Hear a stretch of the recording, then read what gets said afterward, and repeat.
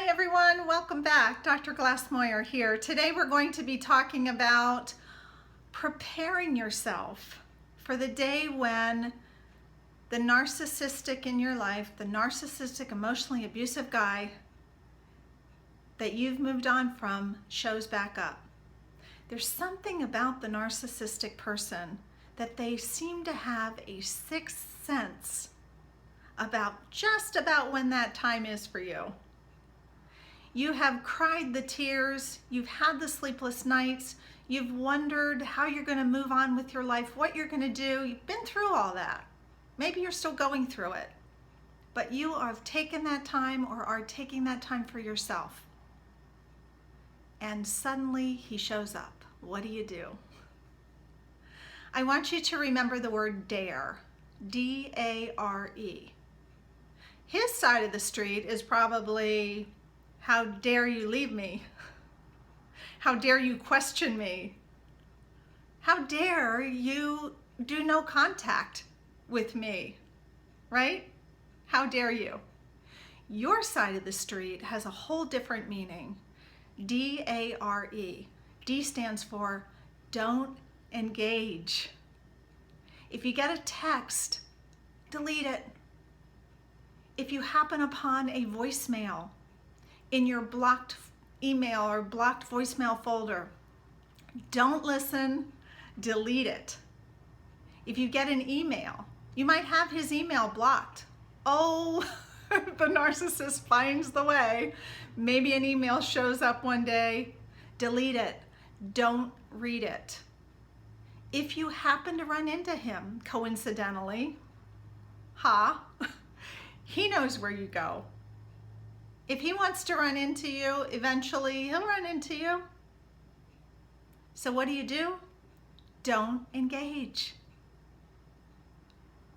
You don't need to have a conversation with him.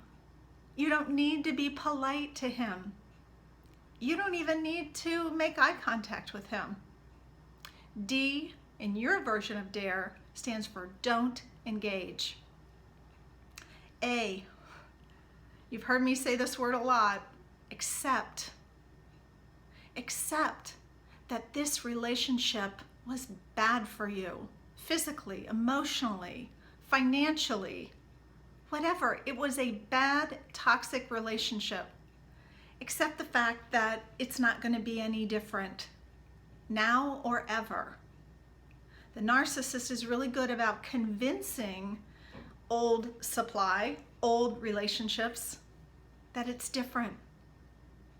They show up with roses in hand, with promises of endless, enduring love, apologizing maybe for the first time you've ever heard this, anything to get you back so that they can have power over you again and can get their needs met. So again, accept this relationship was hurtful then, and it's going to be hurtful again if you allow yourself to engage.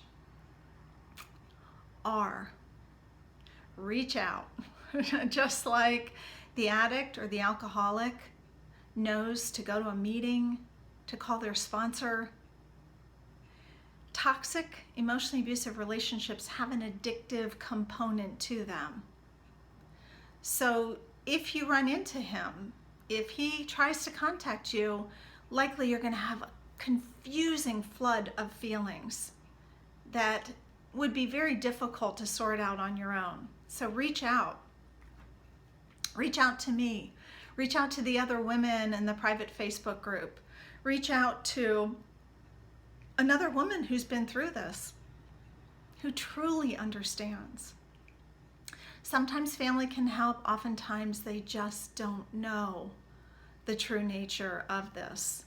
They may still be convinced that he's a good guy, that the relationship might be worth saving. So be really careful about who you reach out to, but definitely reach out to your support network, which I encourage you now to be building. Build that network, stay connected, watch the videos again, remind yourself. And E, D-A-R-E, E stands for enough is enough. When you left, you got to a place where you knew enough is enough. If he left you, it may have taken you a little while to get there, but you did, or you're working on it, and you know enough is enough. You deserve better. Don't give him the opportunity to hurt you again. When the relationship is over, enough is enough.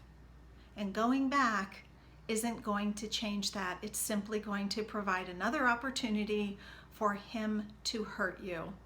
And believe me, no matter how convincing he is, if the relationship was once toxic, it will be toxic again. So if he dares to step back into your life, I want you to dare to empower yourself in a way that he can't hurt you again. You don't owe him an explanation. You don't owe him a conversation.